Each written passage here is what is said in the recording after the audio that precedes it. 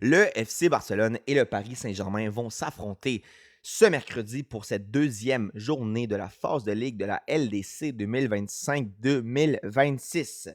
Mesdames et messieurs, le match que toute l'Europe et en fait toute la communauté footballistique internationale voulait voir la saison dernière va enfin arriver dans moins de 24 heures. Sincèrement, c'est évidemment un match avec un peu moins on va dire, de sensation que la saison dernière si les deux équipes s'étaient affrontées en finale. Évidemment, le Barça n'a pas fait ses devoirs pour se rendre en finale. Mais même à ça, ça va être un match qui va être incroyable. Ça va être un match qui, en termes de narrative, il y a beaucoup, beaucoup de narrative. Sincèrement, il n'y a pas beaucoup de personnes qui parlent de cette rivalité du Barça et du Paris Saint-Germain. Parce qu'évidemment, en termes de rivalité historique, le Barça a beaucoup plus d'adversaires historiques que le PSG, comme le Real, comme l'Atlético, comme Bilbao. Bon, bref. Mais ça fait quand même depuis les années 2010, puis 2010, on dirait que c'est proche, mais ça fait quand même 15 ans que le Barça et le PSG se rencontrent souvent en Ligue des Champions et qu'au début, le Barça dominait clairement les rencontres. Mais depuis 2018, 19, 20, 21, 22, le PSG a commencé à montrer qu'ils sont capables d'être compétitifs également en Europe. Puis en fait, les derniers résultats du Barça-PSG, c'est des résultats qui sont favorables à l'équipe parisienne. Donc, comme je dis, il y a une narrative. Le match va se jouer d'une manière intense. Peut-être pas, encore une fois, d'une manière autant intense que un match d'élimination directe. Mais comme je dis, ça va être un match passionnant à regarder. Puis moi, je pense que ça va être un match où les deux équipes vont marquer. Je vous donne aucun conseil pour bet ou quoi que ce soit. C'est seulement une opinion. Mais moi, je vois vraiment beaucoup de manières que le PSG peut faire mal au Barça, comme je vois beaucoup de manières que le Barça peut faire mal au PSG. D'ailleurs, le schéma tactique de Flick et de Luis Enrique n'est pas très, très différent. Ils attaquent d'une manière similaire, ils tentent de jouer la possession d'une manière similaire, ils tentent aussi de défendre à haut risque d'une manière similaire. Donc, évidemment, il y a des différences, mais je veux dire que leur schéma tactique, c'est un schéma tactique qui va collisionner. Ça va vraiment être une des deux équipes, en fait, l'équipe qui va mettre son pied à terre, qui va pouvoir avoir une différence favorable. Ça et aussi l'équipe qui va être le plus opportuniste en termes d'occasion. Euh, Parce que moi, je pense que les deux équipes, comme je dis, vont se générer des occasions de but. Je suis convaincu. Puis à suivre, hein, parce que les deux gardiens, comme le PSG, comme du PSG pardon, et du Barça, c'est des gardiens qui, oui, a priori, peuvent sortir des moments quand même sauveurs pour leur équipe, mais Chevalier et Chesney, moi, je pense qu'ils s'équivalent un peu. Peut-être un petit peu plus de hype par rapport à Chevalier parce qu'il est plus jeune, parce qu'il a fait une bonne saison avec Lille la saison dernière. Mais c'est ça, c'est pas non plus comme s'il y avait un Donnarumma en face ou comme s'il y avait un Ter Stegen en forme ou un John Garcia qui donne des bonnes sensations. À suivre ce que les gardiens vont faire parce que moi, je pense qu'ils vont jouer un rôle très important. Mais maintenant, si on parle plus en détail des individualités, justement, il y a des nouvelles qui se sont confirmées. Pour le Paris Saint-Germain, c'est officiel que Kvaratskhelia, Doué, Marquinhos et Dembélé vont être absents. Pour le FC Barcelone, c'est officiel que Gavi, Fermin Lopez, John Garcia et Rafinha vont être absents.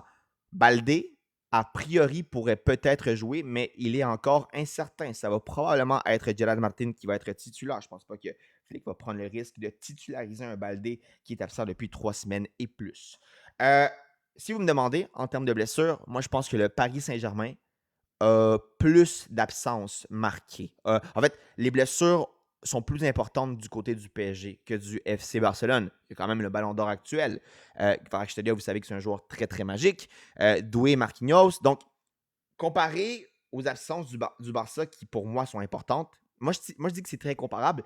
Moi, je dirais que peut-être il y a une petite barre de plus en termes de malchance pour le PSG. Je pense que le PSG est moins en forme, on va le dire comme ça, en termes d'individualité que le FC Barcelone, même si pour moi, les deux équipes ont, je répète, des absences pratiquement autant prononcées. Par cette raison, par la défaite récente contre Marseille et par le fait que le Barça joue à la maison, évidemment par le fait que j'ai probablement un biais et que j'ai probablement aussi beaucoup de confiance en ce que je vois du Barça en ce début de saison, moi je vais placer le Barça légèrement favori pour cette rencontre. Dans le sens que ce match-là pour moi est 50-50 a priori. OK? Mais par ces raisons, je pourrais voir peut-être un favoritisme de 55% pour le FC Barcelone. Comme je dis, moi, je pense que les deux vont attaquer beaucoup. Les deux vont devoir vraiment faire confiance à leur gardien, à leur défense pour jouer à sang-froid. Mais moi, il n'y a rien qui me surprendrait de cette rencontre, sincèrement. En termes de résultats, moi, je vois un Barça qui gagne 3-1, un PSG qui gagne 3-1. Ça va se jouer dans des contextes comme ça, dans des contextes où tu n'as pas le temps de réfléchir, où soit il faut que tu fasses un arrêt de fou, il faut que tu prennes la bonne décision, il faut que tu finisses d'une manière que tu ne t'en attends pas, désolé. Mais je crois que c'est ça.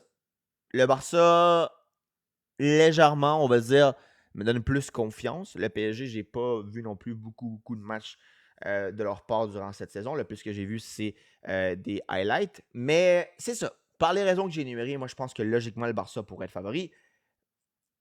On va dire 55, Barça, 45, PSG. Mais comme je dis, moi, il n'y a rien qui me surprend. Moi, justement, pour le terme du sang-froid, il y a des individualités du Barça qui me font peur. J'ai parlé de Chesney. Chesney, c'est pas une valeur sûre. C'est un gardien qui a fait beaucoup d'erreurs. Puis il y a beaucoup de personnes qui parlent de Araujo contre l'Inter. Attention, Chesney, il fait une erreur cruciale au match aller que pas beaucoup de personnes se souviennent. 2 erreurs cruciales pour moi. Il y a Koundé aussi, que pour garder son sang-froid, c'est pas le meilleur. Araujo aussi. Donc, je sais pas. Ces joueurs me donnent des inquiétudes. Les joueurs, pour moi, qui sont des valeurs sûres, c'est Lamine, Frenkie, Pedri, que les trois sont en train de jouer d'une manière incroyable. Rashford à suivre comment il va jouer, parce qu'il y a beaucoup de personnes qui parlent de son match contre Newcastle, qui est un match magistral, mais Rashford a de la difficulté à certains moments. Ceux qui ont vu tous les matchs du Barça, Rashford n'est pas capable de trop finir ses occasions parfois. Je sais pas. Rashford, s'il est connecté sur un joueur qui est très, très, très différentiel, mais à suivre, s'il va l'être. Et Lewandowski, en attaque, même chose. Lewandowski, c'est un joueur qui, normalement, te marque les occasions qu'il doit. Mais combien de fois on a vu Lewandowski manquer des occasions claires? Juste cette fin de semaine dernière, Lewandowski, oui, il marque, mais il manque un but ouvert, pratiquement. Et Dani Olmo, même chose. Il y a beaucoup de personnes qui parlent de Araujo contre l'Inter la saison dernière.